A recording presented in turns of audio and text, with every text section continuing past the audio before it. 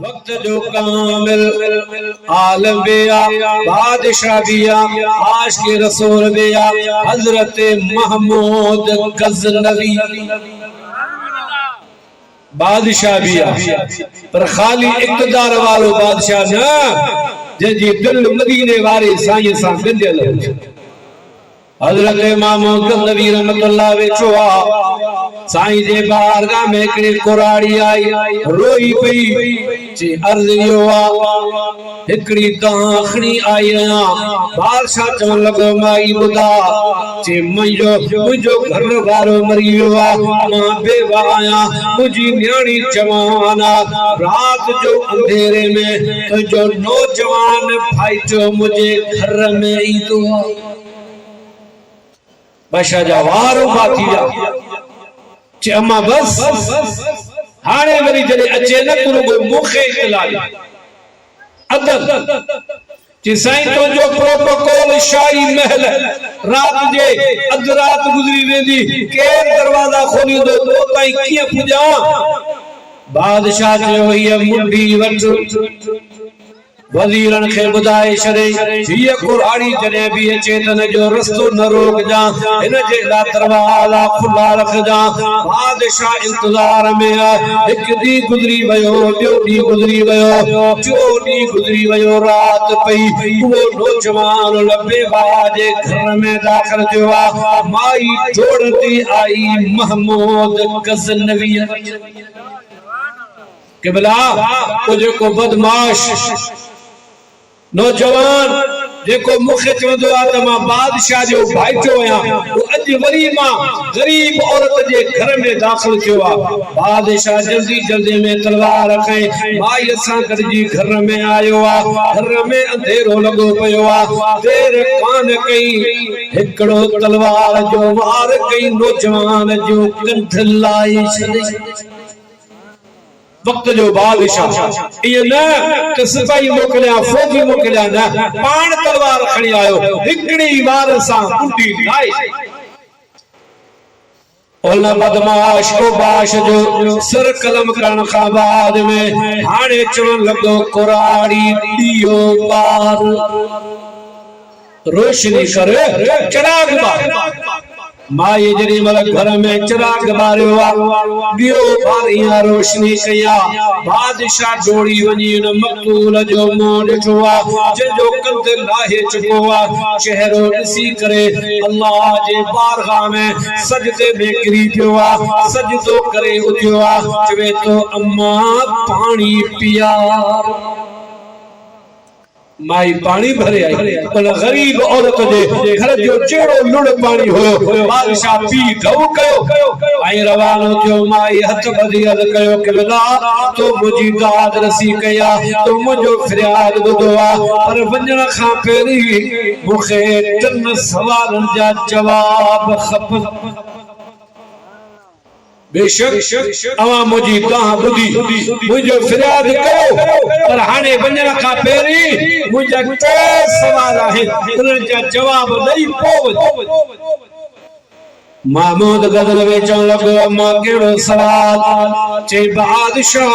पहिरें मुंहिंजे घर में अंधेरो हुयो तो नौजवान जो सर कलम कयो सिसी लाथी मुंडी धड़ खां अलॻि कई उन खां बाद में पोइ तो चयो त दियो पार वजह कहिड़ी बादशाह चवण लॻो अम्मा इन्हनि ॻाल्हियुनि सां तुंहिंजो वास्तो न आहे बसि तुंहिंजो कमु थी वियो माई इसरार कयो त मूंखे ॿुधा। बादशाह चयो मां अंधेरे में आयसि उन टाइम ते जेकॾहिं ॾियो ॿारायां दिल चयो बता वाकई मुंहिंजो भाइटो हुजे भाउ जो औलाद बता रत जी मोहबत ग़ालिब अची वञे मूंखे तरस अची वञे मां उन जे करे अंधेरे में वार कयो ॾियो ॿारायो ऐं जॾहिं महिल मूं ॾिठमि त अल्लाह जो शुक्र कयमि सजदो कयमि त शुक्र मुंहिंजो भाइटो नाहे आहे को ॿियो मुंहिंजे भाइटे जो नालो पियो इस्तेमाल करे। इंसाफ अंधेरे में मावार कयो ता तो सुजाना न त केरा कुजरे मोन जो कंठ लाई छडियो हाने दियो न जेला बारायो ए जरे दियो कयो तो मु सुना तो त शुक्र अल्हम्दुलिल्लाह मुजो भाई जो ना है जो तो मु अल्लाह जे बारगाह में दुआ करी मौला चा महमूद गजनवी जो खून इनो गंदो जो के गरीब औरत जे घर में घड़े चा मां एतो जालिम थी चुको या मां अल्लाह जो शुक्र अदा कयो तो यो लोफर मुझे औलाद मां जय के बुलावा पानी छो घुरायो बादशाह रोए पियो जे अम्मा इन गाल के छड़े दे चलो दिल सवार जा जवाब मां तो खेदना बियो छो पारायो सजदो छो कयो आ पर त्यो मुजो पर्सनल सवाल इन जो जवाब न पूछ भाई इसरार कयो आ बादशाह तू शाही महल में तो पानी पीण वालो आ मां गरीब जे किचरे वाले घर जो किचरे वालो पानी अज तो की वापरायो आ बादशाह रोई पियो ची अम्मा रब्बी काबा जो कसम